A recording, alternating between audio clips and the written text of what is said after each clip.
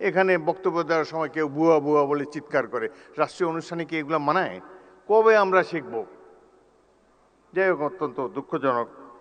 এত অন্যায়, অবিচার, খুন, গুম, মানি লন্ডারিং, হত্যা, নির্যাতন, আয়নাঘর, এতে তারা কোনো লজ্জাবোধ করে না তো।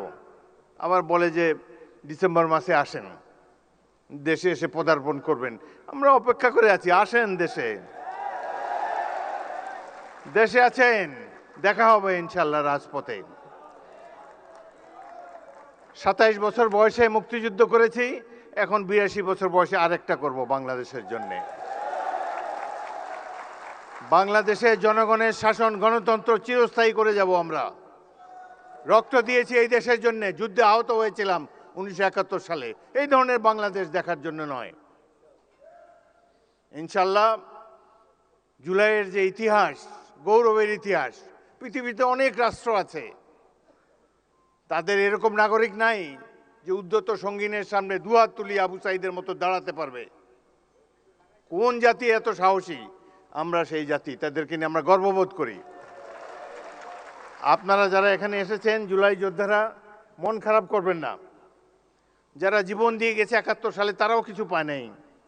আপনারাও যা প্রাপ্য হয়তো পাবেন না, কিন্তু এই সরকারের কাছ থেকে নিশ্চয়ই সম্মান আপনারা পাবেন। আমরা সেই সম্মান আপনাদেরকে দেব। গরিব দেশে যতটুকু সাধ্য আছে সব কিছু উজাড় করে দেব আপনাদের কল্যাণের জন্যে। বাংলাদেশের এই সরকারের সবচাইতে গুরুত্বপূর্ণ কাজ জুলাইতে যারা আত্মাহুতি দিয়েছে সেই সব পরিবারের রক্ষণাবেক্ষণ করা। এটাই সবচাইতে পবিত্র দায়িত্ব। যারা আহত, চোখের দৃষ্টি হারিয়েছে, অঙ্গ হারিয়েছে, তাদেরকে সুস্থ করে তোলা এই সরকারের পবিত্র দায়িত্ব। ইনশাল্লাহ আমরা সবাই মিলে সেটি পালন করব। জুলাই গণঅভ্যুত্থান আমাদেরকে রাষ্ট্র পুনর্গঠনের সুযোগ এনে দিয়েছে। আমাদের লক্ষ্য হওয়া উচিত একটি গণতান্ত্রিক, ন্যায়ভিত্তিক, দুর্নীতিমুক্ত বাংলাদেশ, যেখানে প্রতিটি নাগরিক সমান অধিকার ও মর্যাদা পাবে। আজ আমরা একটি নূতন যাত্রার সূচনা পর্বে দাঁড়িয়ে আছি। এই যাত্রাপথ সহজ নয়, মতের ভিন্নতা থাকবে, কিন্তু জাতীয় স্বার্থ, গণতান্ত্রিক মূল্যবোধ এবং দেশের স্বাধীনতা, সার্বভৌমত্বের প্রশ্নে আমাদের ঐক্য, সংযম ও প্রজ্ঞার পরিচয় দিতে হবে। আমাদের সজাগ থাকতে হবে যাতে কোনো বিভাজন, কোনো বিদ্বেষ বা কোনো সংকীর্ণ স্বার্থ যেন আমাদের জাতীয় অগ্রযাত্রাকে ব্যাহত করতে না পারে।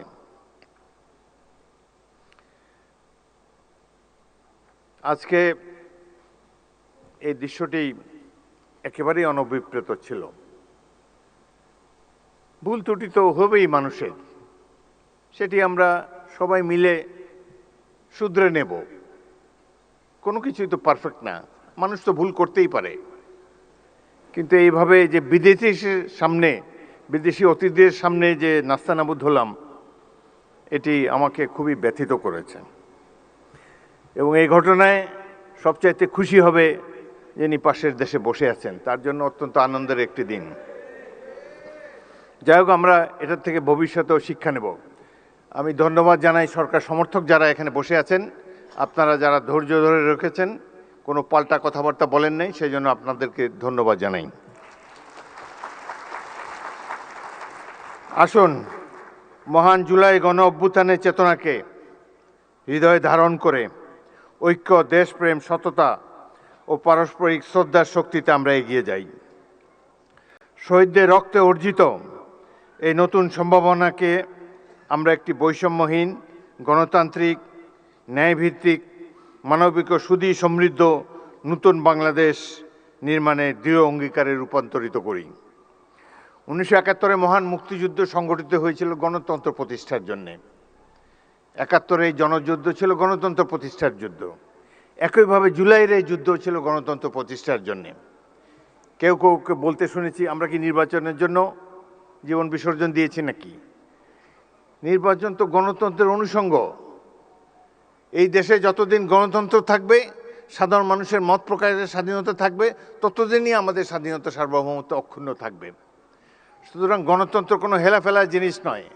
যাদের জনগণের সামনে দাঁড়াবার শক্তি নাই, যাদের সেই অতীত নাই, জনগণ জনকল্যাণ যাদের মাথার মধ্যে নাই তারা নানা ধরনের তত্ত্বের সমাবেশ ঘটাবে।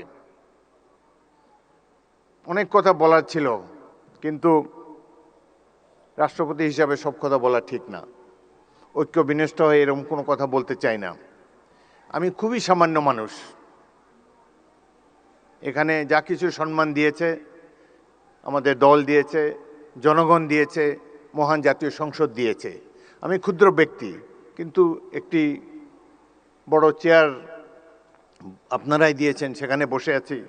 চেয়ারের মর্যাদা যাতে সবসময় থাকে, সেই জন্য, আমার জন্য নয়, চেয়ারের মর্যাদা রক্ষার জন্যে, বাংলাদেশের মর্যাদা রক্ষার জন্যে আমরা প্রত্যেকটি নাগরিক সচেতন থাকব।